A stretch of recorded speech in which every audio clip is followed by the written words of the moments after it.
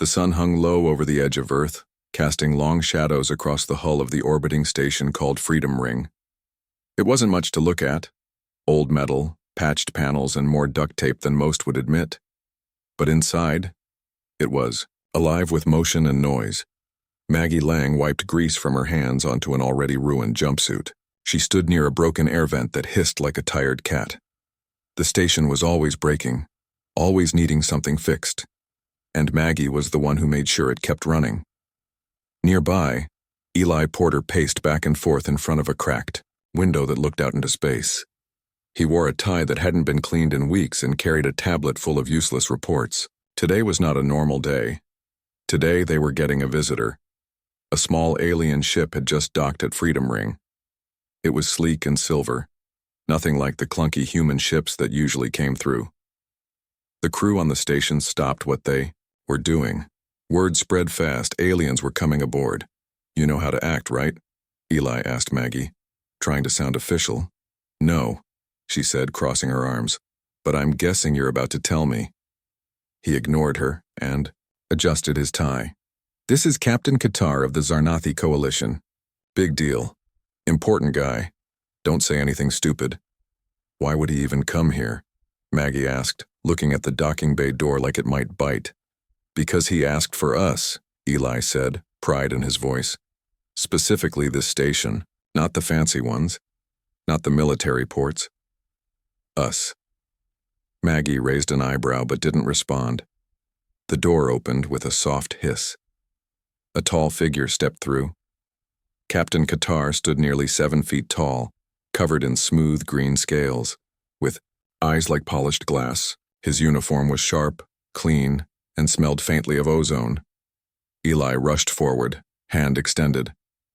"Welcome to Freedom Ring, Captain. We are so honored to have you aboard." Qatar nodded slowly. His voice was deep and calm. "Thank you. Your facility was highly recommended." Maggie stayed back, arms still crossed. She watched as Eli fumbled through introductions and offered the captain a tour. Everything felt strange. An alien captain asking for them. For this place? As they walked away, Maggie muttered under her breath, "Well, this can't end badly." The tour didn't last long. Freedom Ring wasn't big, and there wasn't much to show off except the view of Saturn through a cracked window and a vending machine that only worked if you hit it just right. Captain Qatar seemed polite enough as he listened to Eli talk about the station's history. Maggie followed behind, arms still crossed, watching the alien like she was waiting for something to go wrong. Then Qatar stopped walking and turned to face them. His green eyes were calm but serious. "There is something I must ask," he said.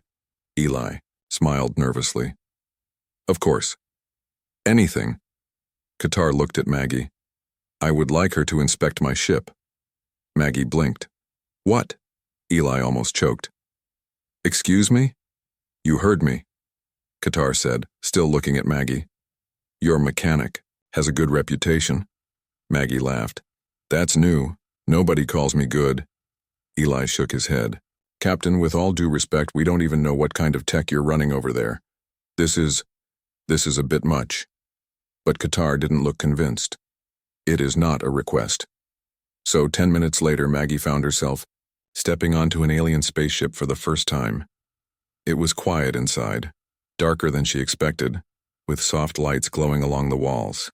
Everything looked smooth and clean, at least from the outside, until she opened a panel.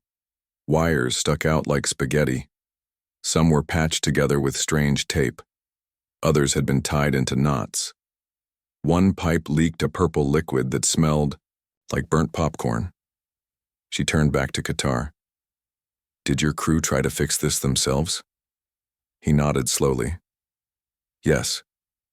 And none of them knew what they were doing, did they?" He hesitated, then sighed. "No, they did not."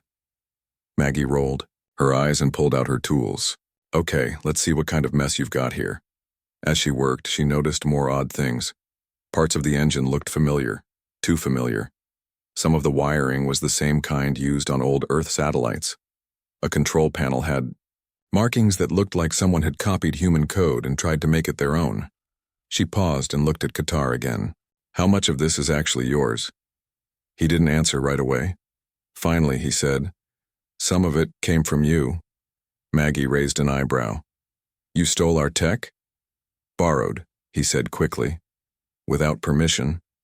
Maggie stared at him for a moment, then went back to work. Well, if you're gonna steal, might as well do it right. Qatar tilted his head. What do you mean? She tapped the side of the engine. Humans don't build perfect machines. We build ones that can survive mistakes. Maybe that's why you're here. He thought about that for a while. Then he said, Maybe you're right. Maggie kept working, pulling wires free and checking connections. The engine was a mess, but not impossible to fix. She had seen worse on Earth. Old trucks, broken satellites, even a washing machine that had somehow ended up in orbit after a junk launch. Qatar watched her carefully as she worked. He didn't say much, just observed the way she moved, the way she muttered to herself, the way she fixed things without needing a manual. After a while, he said, You are not surprised. She looked up. Surprised about what? That we use stolen human technology? Maggie shrugged. Should I be? People steal stuff all the time, especially if it works better than what they've got. He tilted his head. You do not seem angry. Oh, I'm annoyed, she said, tightening a bolt. But I get it. Humans build stuff that breaks easy, sure, but we also know how to fix it fast. You aliens make things too perfect. When something goes wrong, you don't know how to handle it. Qatar thought about that. Our engineers are highly trained. Yeah, Maggie asked, pointing at the mess of wires. Then how come this looks like a toaster tried to fix itself? He didn't answer right away. Instead, he walked over to a nearby console and tapped a few buttons. A screen lit up, showing images of other alien ships, some large, some small, all docked at different human stations across space.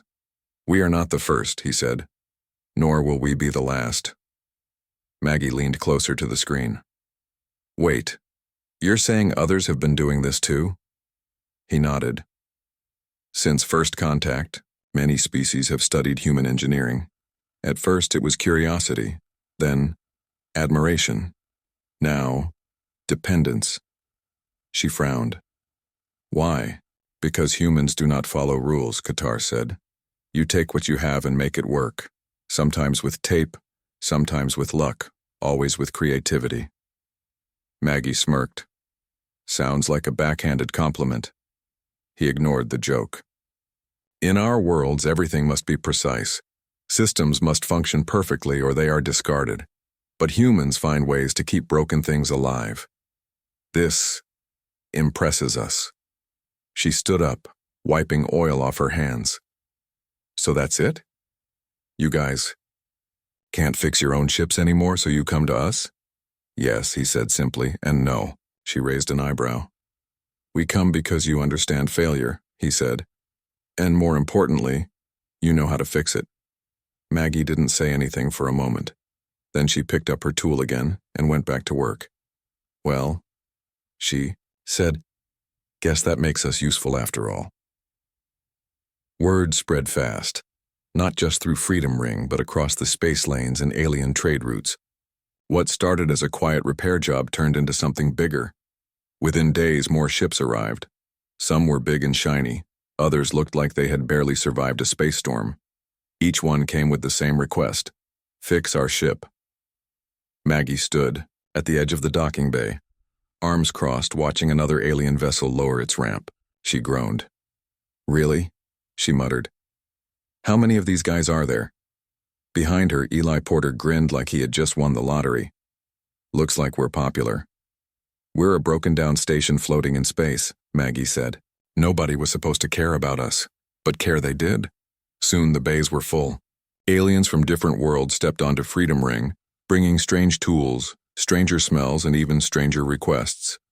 One captain wanted his navigation system fixed because it kept playing lullabies instead of flight data. Another had a food dispenser that only served pickles. A third had a robot that refused to stop telling jokes even during repairs. And yet, somehow the humans made it work. Luis Mendoza, the quiet guy who used to build rockets for fun, took apart alien engines, like they were puzzles. Nina Blake welded things back together with a smile and a welding torch that never seemed to cool down. Derek Harper, the janitor turned tech assistant, figured out how to talk to alien computers using old video game controllers. They didn't speak the languages. They didn't understand the tech, but they tried. And when they failed, they tried again. Aliens started calling them the Patchwork Crew, not because they were messy, but because they could fix anything, even if it meant holding it together, with tape and hope. Qatar watched it all with quiet approval. He stayed longer than expected, offering advice, sometimes just watching. He told Maggie one day, "You do not realize what you have built here." She looked around at the mess, the noise, the smoke coming from a nearby engine, and asked, "What's that?" He smiled slightly. "A place where broken things come to be fixed." Maggie snorted. "Sounds like a junkyard." "Perhaps," Qatar said, "but the galaxy has many broken things, and now it knows where to find help." As more ships arrived, so did more problems, but so did more stories. And slowly, Freedom Ring became more than just a repair bay. It became something else entirely. Not everyone was happy about what was happening at Freedom Ring. Back on Earth, people started asking questions. Who gave permission for an alien repair station to operate? Why were so many unknown ships docking near human space? And most importantly, what if something went wrong? The government sent someone to find out. His name was Carl Newman. He wore a suit that looked too clean for space travel and carried a tablet full of rules. Lots of rules. He stepped off the shuttle like he owned the place, scanning everything, with cold eyes. Eli Porter greeted him first, trying to keep his voice friendly. "Agent Newman, welcome to Freedom Ring. We weren't expecting you." Newman didn't shake hands. "I'm sure you weren't, but here I am." Maggie stood nearby, arms crossed, already not liking this guy. She had seen his type before. Office workers who knew nothing about real work, but loved to tell others what to do. Newman walked through the station, taking notes, asking sharp questions. He wanted to know how aliens were being screened, how repairs were approved, and who was making money from all this. This whole operation could be violating interstellar protocols, he said, tapping his tablet. "Protocols?" Maggie asked. "Since when does anyone follow those?" "Since they started letting unknown alien species into human-controlled space," Newman replied. Eli tried to calm things down. "We're not doing anything dangerous, just fixing ships." "That's not the point," Newman said. "You're creating dependence. What happens when these aliens stop needing us? Or worse, when they decide they want more than repairs?" Maggie rolled her eyes. "So now we're a security threat because we fix engines." Newman turned to face her. "You should be worried about what you're inviting in." Meanwhile, word reached Qatar that a government official had arrived. He came down from his ship with quiet concern in his green eyes. He met Newman in the main hall, where humans and aliens worked side by side. Newman didn't look impressed.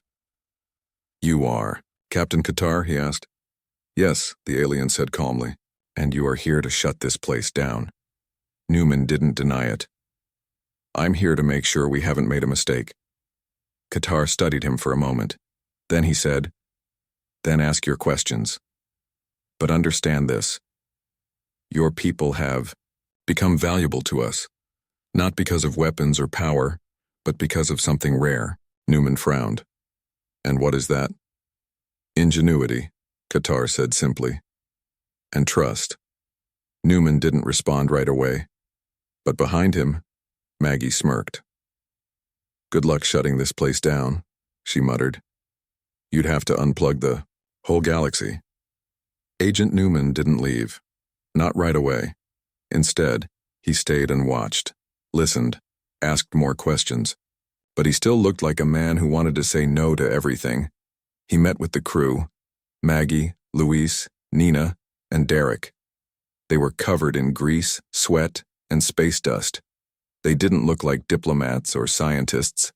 They looked like workers who had been dragged into something much bigger than they ever expected. Newman stood in the middle of the main bay, arms crossed.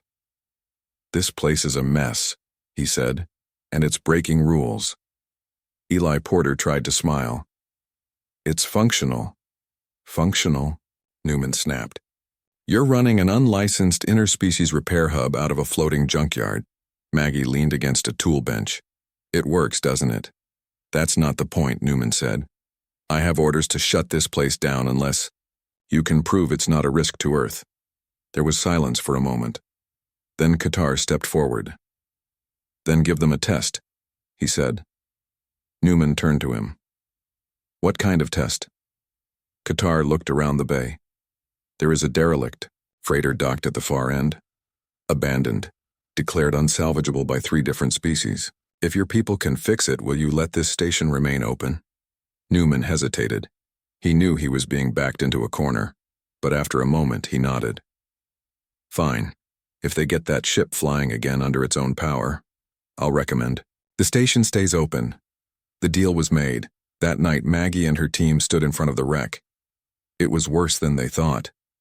Engines dead. Life support offline. Wiring melted. Half the panels wouldn't respond to any known command. Luis whistled. This thing's a corpse. Nina kicked one of the landing struts. Looks like it died a long time ago. Derek frowned. How are we even supposed to start? Maggie walked up to the control panel, pulled off a cover, and looked inside. She saw what others had missed. Some systems were just stuck. Frozen. Not broken. She smiled. We don't need perfect tools. We just need clever ones. They got to work. Luis rewired the power grid using parts from old satellites. Nina patched the engine core with scrap metal and heat-resistant goo from a kitchen appliance. Derek hacked the flight system using a game controller and a lot of luck. And Maggie? She made sure everything held together. Sometimes with bolts. Sometimes with tape. Always with stubbornness. After 2 days straight of non-stop work, the lights flickered. The engines hummed. And then, with a deep roar, the ship lifted off the ground. Everyone cheered. Back in the control room, Eli grinned as he watched the ship rise. Beside him, Qatar gave a slow nod. Humans, the alien said, almost smiling. They do not know how to quit. On the comms, Maggie's voice crackled through. Well, Agent Newman, looks like we passed. There was a long pause. Then Newman's voice came back, tired but defeated. Yes, you did. Freedom Ring stayed open. Agent Newman left without saying much. He didn't smile or shake hands. He just walked back onto his shuttle, still holding his tablet like it could fix everything. But everyone else knew something had changed. Word spread through space like a radio signal. Humans could fix anything, even ships that were supposed to be dead. Alien captains started asking for Freedom Ring by name.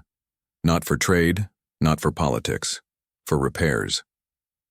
Maggie and her team became legends, even if they didn't feel like it. They kept working, same as before. Grease on their hands, tools in their pockets, and jokes flying across the bay like sparks from a welder. Luis went back to taking apart alien engines just to see how they worked. Nina welded things stronger than before, sometimes adding extra parts just because she could. Derek somehow got promoted to official comms officer, even though he still cleaned floors when no one was watching. And Maggie? She stayed in the middle of it all, fixing what others couldn't. One day, Qatar stood beside her, looking out the cracked window at the stars. You know, he said, in most civilizations, only perfect machines are trusted. Maggie wiped, her hands on her jumpsuit. Yeah? And what about us? You are different, he said. You do not build perfection. You build survival. And now, we rely on it. She smirked. So we're useful, huh? He nodded. More than you know. Freedom Ring became known across the galaxy as the place where broken ships came to live again. Some aliens called it the Patchwork Station. Others called it home. And slowly, the humans realized they weren't just fixing engines anymore. They were building trust, not with weapons or speeches, but with wrenches, screwdrivers, and stubbornness. One evening, as the sun rose over Earth's edge, Maggie stood alone in the main bay. She looked around at the mess, the noise, the smoke, and the smiling faces. Then she whispered to herself, "Guess this really is our thing now." From far away, more ships arrived. More problems came with them. But so did more stories. More laughter. More chances to prove that humans might not be the strongest or the smartest species in space, but they sure knew how to keep things running. And somewhere, across the stars, someone whispered, "If your ship breaks down, find a human. Just bring snacks, and maybe a roll of duct tape."